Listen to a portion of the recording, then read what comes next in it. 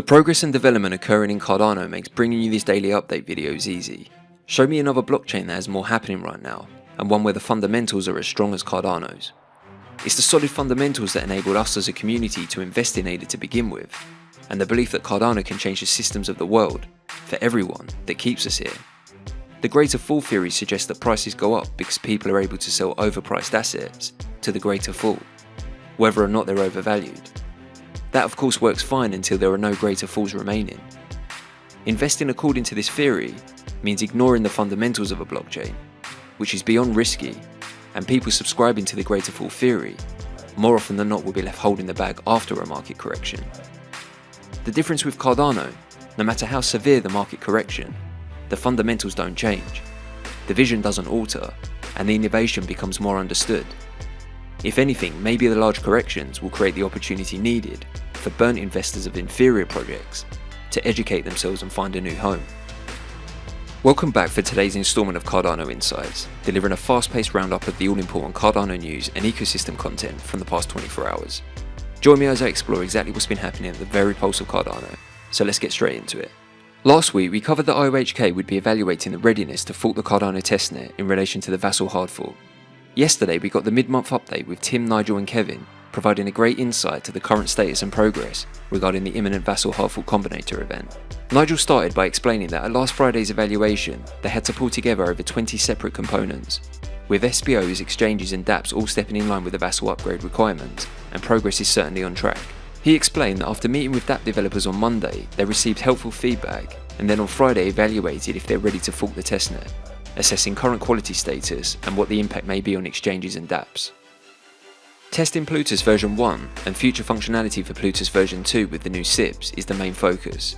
Regarding Plutus version 1 functionality, dApps gave 100% green light on regression testing capability. IOG found that it's significantly faster on their own performance benchmark against network parameters, but also faster on the front end from a dApp perspective, which is very positive. In terms of Plutus version 2, they're working with dApp developers with ongoing testing, as there's far more complexity when implementing the upgrade with dApps as it changes the dApp architecture. As a result, it was felt that on Friday, in this respect, more testing was required. This will be the main focus this week, with further evaluation to be had at the end of the week on Friday. Something even more promising, Nigel explained that with all considered, they know they're very close to getting the green light to hard fork, with only a small amount of bugs found at the last count, which was at 20, with none at the severity level of 1 or 2. Although the quality score is extremely high, they do feel more testing is required around Plutus version 2 to enable dApp developers to do the same. So as this week progresses, dApps are being put through their paces before the next decision is made this coming Friday. Next, Kevin gave us this update confirming the Vasil ready version of the node, which includes reference inputs, reference scripts, input datums and collateral inputs, is all looking extremely positive. He gave us this teaser stating that whilst he didn't want to spoil any surprises, when referring to the time and memory benchmark results, he suggested that people are going to be really surprised regarding the time performance of the new node. He also confirmed they have a new version of DB Sync that improves sync times and memory usage, which is important to exchanges and other enterprise users who use this to monitor the Cardano network. And as we've spoken about previously on this channel, they also covered the D parameter that will be completely removed and irreversible, supporting Cardano's journey to further decentralization and empowering the community to take a more prominent role in operating, running and controlling the Cardano network. Kevin also gave us this reminder that whilst the hard fork combinator is a brilliant piece of tech that enables the seamless forking of the network, hard forks are not a light switch, and post the HFC event, developers will need to take advantage of the features for the benefits to throughput and efficiency to be seen, emphasising that it won't be instantaneous. Nigel then closed, confirming that overall we're in a really positive place, with very high quality scores in the Vasil testnet, and we'll be ramping up testing to Plutus version 2 scripts, and specifically the dApp partners interacting with these scripts. At the end of this week, the whole team, SPOs, exchanges and dApp developers will be present as they make a further evaluation on whether to hard fork the testnet. As always with this channel, we'll be tapped in to keep you up to date every step of the way on the road to Vasil. I've linked the full mid-month update video in the description below. Next, and in light of the current market conditions, to an interesting article featured at Nasdaq.com that I'd urge everyone to go and check out. It's a very short but insightful read and definitely gives food for thought when it comes to investing in cryptocurrencies, and why the traditional finance world has the perception of the DeFi and crypto space as being reckless. The article talks about why it's us as holders of crypto that have the underlying responsibility to understand financial markets and tokenomics rather than passing blame on the founders when things go wrong. It also delves into reasoning behind why crypto operates like a Ponzi scheme, making the accurate conclusion that it's because investors often treat it like one.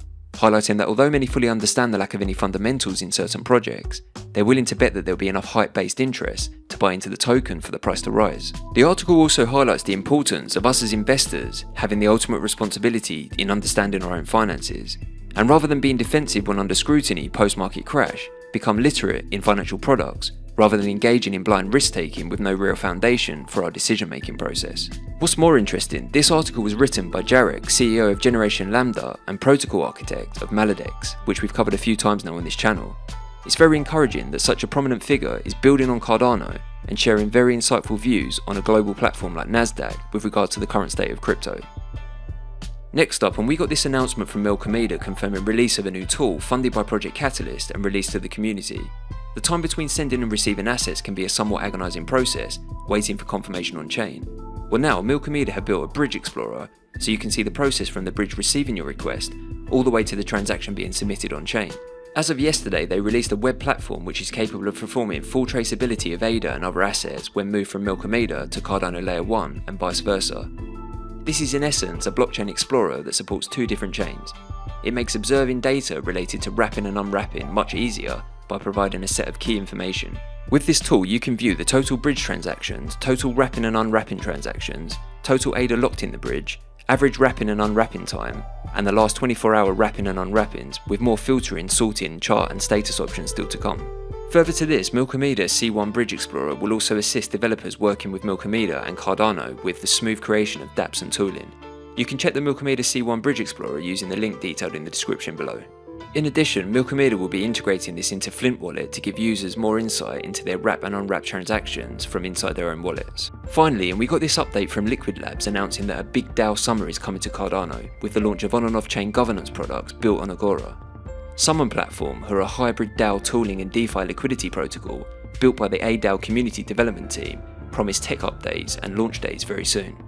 ADAO announced that Summon Platform, a venture in partnership with Genius Shield and Genius X, are building a platform to enable complex DAO creation, collaboration and coordination. Together they aim to forge Cardano into the leading blockchain for DAOs. When using Agora, DAOs don't need trusted entities. Summon Platform will leverage Agora contracts by Liqwid Finance to seamlessly deploy DAOs on Cardano, so anyone can create Agora-based DAOs through a no-code interface. The platform will also enable DAOs to deploy different yield-bearing strategies through popular DeFi protocols like Liqwid Finance, Genius Shield and more. So for more information, I've linked everything in the description below. So that's it for another installment of Cardano Insights. I hope you enjoyed today's video and found value in the content, and if you did, please be sure to comment, like, share and subscribe to the channel. We'll be back soon with your daily roundup, and until then, thanks for watching, have a great day, and as always, keep it Cardano.